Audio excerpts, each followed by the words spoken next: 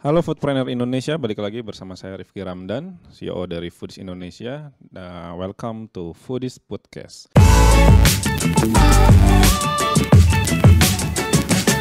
Dan tetap bersama salah satu nih pembicara kita yang menarik ya. Masih kita bahas tentang PR bersama Mbak Sarita Siteja. Halo Mbak. Hai. Masih di sini ya. Oke, Mbak Sarita, ini menarik juga nih, salah satu pembahasan sekarang. Ini masalah bisnis kita berhubungan dengan pihak lain ya. Terutama mungkin ini berdasarkan target market yang beda-beda ya. Cuman kalau saya rasa nih warung abnormal ini sangat-sangat berhubungan dengan mahasiswa ya, dengan kampus atau perusahaan yang memang satu jalan dengan warung abnormal kan. Pasti mempunyai kerjasama dengan mereka kan ya. Nah, pertanyaan saya nih untuk teman-teman UMKM di luar sana, perlukah sih mereka berhubungan dengan atau kerjasama dengan kampus-kampus atau perusahaan yang memang mungkin satu jalan visi misinya dengan mereka? Itu perlu nggak sih? Sebetulnya kalau bicara tentang perlu atau nggak perlu, itu sebetulnya balik lagi ke kebutuhannya. Itu kalau misalnya bisnisnya memang target marketnya itu kampus, ya pastinya harus mulai berpikir untuk garap market yang memang ada di kampus. Tapi kalau misalnya marketnya itu memang adalah karyawan kantoran, ya garaplah market itu. Sebagai contoh mungkin kalau di outletnya abnormal aja misalnya, itu kan memang ada yang areanya dekat kampus, ada yang areanya dekat dengan gedung-gedung perkantoran. Ya of course ada yang namanya juga promo atau strategi yang lebih localized dari masing-masing outlet itu sendiri gitu. Jadi kayak misalnya kalau saya boleh ambil contoh kayak misalnya Wahid Hasyim, itu kan tentu saja dekat banget dengan area-area perkantoran ya. Gitu. Jadi memang baik dari ambience-nya misalnya atau misalnya dari pemilihan produknya bahkan di Wahid Hasyim itu memang kita sesuaikan dengan target market yang ada di sana. Jadi kalau ngomong perlu nggak perlu, garap menggarap ya tergantung balik lagi kebutuhan. Tapi selektif nggak Mbak memilih perusahaan mana yang harus bekerja sama dengan kita atau kampus mana yang bekerja sama dengan kita? Karena kita pernah ngebahas ya, waktu itu warung abnormal pernah menjalin kerjasama dengan Gojek, dengan apa ya? Sampai sekarang masih sih kalau sampai sekarang masih. GoFood mungkin ya, karena lebih relevan sih GoFood, betul. Apa kriterianya Mbak Sar? Sebetulnya nggak ada sih kalau cerita tentang kriteria khusus, mungkin nggak ada. Tapi biasanya kalau kita kan memang menyesuaikan dengan skala perusahaan kita sendiri, of course. Kalau kita sekarang misalnya ya, kayak brandnya misalnya abnormal, which is itu sudah ada di lebih dari 30 kota di Indonesia. Ya pastinya kita akan garap dengan pihak-pihak lain yang juga skalanya nasional.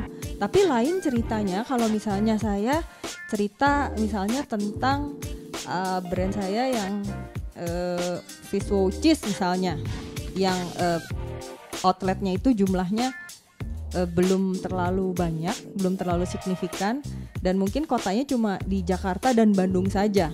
Nah itu kan sudah pasti sudah tentu kita tidak akan kerjasama dengan pihak-pihak yang mungkin skalanya nasional. What for? Karena ketika kita publish satu promo misalnya se-Indonesia, untuk apa juga gitu. Lebih baik kita fokus di Jakarta Bandung saja. Karena outletnya belum menyebar Mbak ya? Iya betul.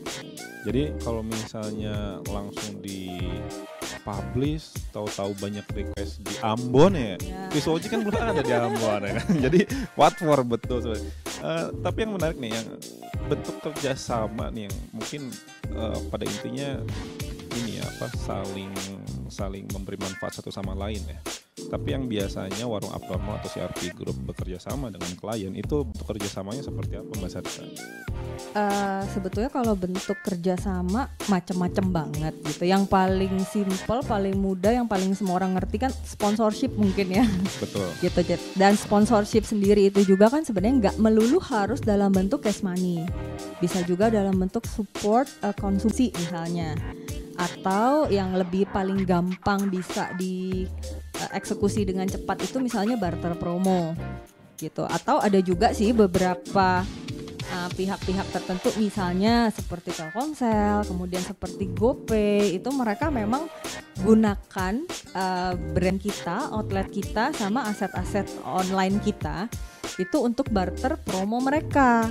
Itu misalnya kayak yang kemarin sih kita ada kerjasama juga dengan sambal jawaranya Unilever. Itu kan mereka bisa dikatakan sebenarnya semi produk sampling juga, karena mereka kan sebetulnya mau ngetes pasar, bukan ngetes, mereka mau memberikan sampling untuk konsumen-konsumen yang mengkonsumsi cabai kan, mengkonsumsi saus cabai. Itu mereka gunakan sebenarnya outlet kita. Atau misalkan seperti GoPay, mereka kan juga sering ada promo cashback tuh gitu kan. Itu kan sebetulnya mereka gunakan apa aset yang kita miliki gitu. Jadi nggak melulu kita selalu bicara tentang sponsorship aja, macam-macam banget, bisa jadi juga bentuknya barter promo.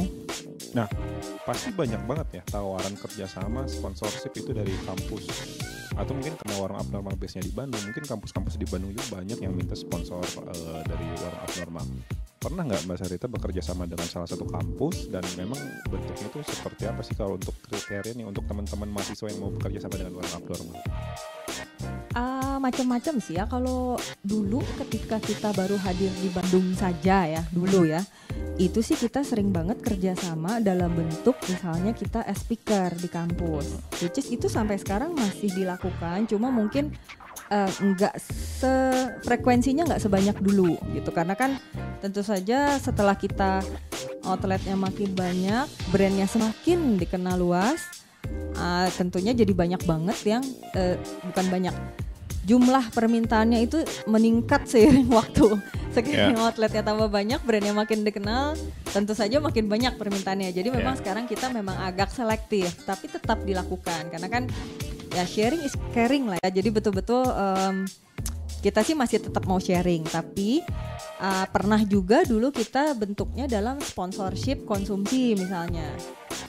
Possible aja gitu, cuma memang balik lagi gitu, kita biasanya punya skala prioritas juga. Ada yang kita lebih prioritaskan untuk speaker, sama kalau untuk prioritas untuk support konsumsi itu biasanya kita ada perhitungannya lagi. Kan kalau kita ngomongin tentang barter promo kan ya tentu saja harus ada value yang diberikan. Apakah dia sesuai dengan value yang kita keluarkan gitu. Betul. Diberikan oleh si kampusnya lah misalnya. Betul. Ya. Apakah sesuai dengan apa yang kita keluarkan. Betul. Harus spesifik ya. Karena kalau misalnya kita sponsorship berupa makanan juga itu guys buat kita ya. Iya betul. Kan ada nilainya lah. Mungkin betul. Ada perhitungan nilainya yang betul. Harus kita submit. Tapi kalau keuntungan nih dari si artis sendiri ada punya target keuntungan tertentu nggak? Kalau kita kerjasama dengan kampus dan kita kerjasama dengan another company, punya target keuntungan nggak dari menjalin kerjasama? Kalau yang sifatnya lebih ke sponsorship atau barter, itu kan tentu saja kita hitung-hitungannya tidak bisa bicara tentang profit, kecuali kalau memang kerjasamanya dalam bentuk pembelian produk ya, atau penggunaan ruangan misalnya kan yang paling sering. Kalau di beberapa outlet yang punya private room, itu biasanya perusahaan-perusahaan suka gunakan itu untuk mungkin meeting informal, atau bahkan kalau yang di Rawamangun ada loh yang pakai buat bimbel, les. Oh gitu, warung abnormal Mbak. Iya. Per minggu ada yang pakai. Nah, tapi kan ini kita lagi menarik.